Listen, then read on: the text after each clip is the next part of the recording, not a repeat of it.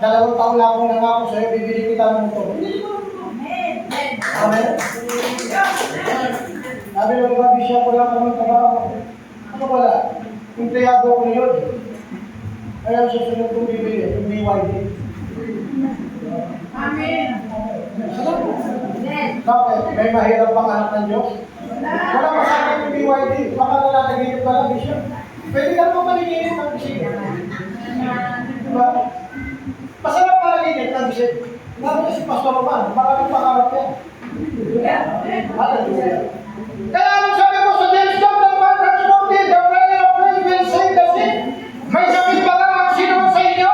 Ipatawag niya ang matatanda sa iglesia. Anong dapat gawin ng mga matatanda sa iglesia? Magchismisan? Sa prayer meeting? Pag-usapan ng pastor? Hindi po! Ang sabi ko rito, ipanalangin natin ang isa't isa. Kaya kung nag-prayer meeting kayo, huwag yung pag-usapan yung pastor ninyo. Amen, diba? Kawawa yung pastor, bubog sa lato eh. Diba? Ipanalangin yung pastor niya, makatakas sa ugali niyo. At ang panalangin ng may pananampalataya ay maliligtas sa mga may sakit at babangon sila. Hallelujah! Ito po ang ating dahilan kung bakit tayo po ay ambassador. We are overcome. We are the salt and light of this earth to bring healing, to bring revival. Sapagkat yan ang sabi ng Panginoon. Ito, nangyari po rito, no? Prayer bring physical motion. Ito po istorya. Peter pray, tutabita, tudos ka. At nangyari ang araw na yun, siya yung kasakit na matay. Ito, patay na. At nang siya, mahugasan nila sa kanila, binurol lang. Datapwa, kanyang sinabi, Tabida, magbangon ka!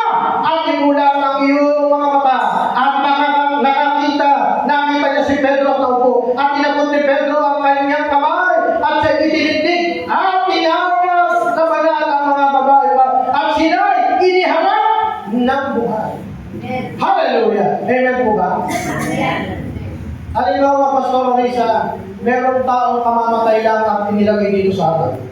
Kamamatay lang o mainit-init pa? Anong gagawin niyo? Ang iba rin siguro ay magtanak buhay. Kasi kamamatay lang eh. Tapos pinasok dito yung taon. Diba? Kaya nalalangin tayo. Lahat tayo nandito nalalangin, lahat ng pastor. Nabuhay yung patay. Hindi ba na yung baka sa buhay? Nabuhay! Hallelujah! Ano gagawin niyo? Matatakot kayo? Nabuhay, diba? Ay, hindi mo nagbasabi yan eh. Maraming dinidikara ang doktor na kuminsan patay na pero buhay pa. Kaya pagdating sa pulinaria, hahatingin na lang yung tiyan, biglang nagising. Kasi buhay pa. Why? Because there is power. Kaya makita natin mga binatawal na kapatid, kung ang problema mo, kasi laki ng bago. Ang solusyon ng Diyos, kasi laki ng bago. Amen po ba? Ano ang problema mo? Ano ang problema natin? Pera, kwarta, dato. Diba? Naging pera. Huwag yung problema ay pera. Buti nga ba, kumatangkap kayo ng business ka pa puso. Amen po ba? Araw-araw ng buhay ko, walang ginawa. Kung hindi, pumunta kung saan ako dadalhin ng bago para sa Panginoon. Amen po ba? Why? If you pray, walk with faith. Walk with faith.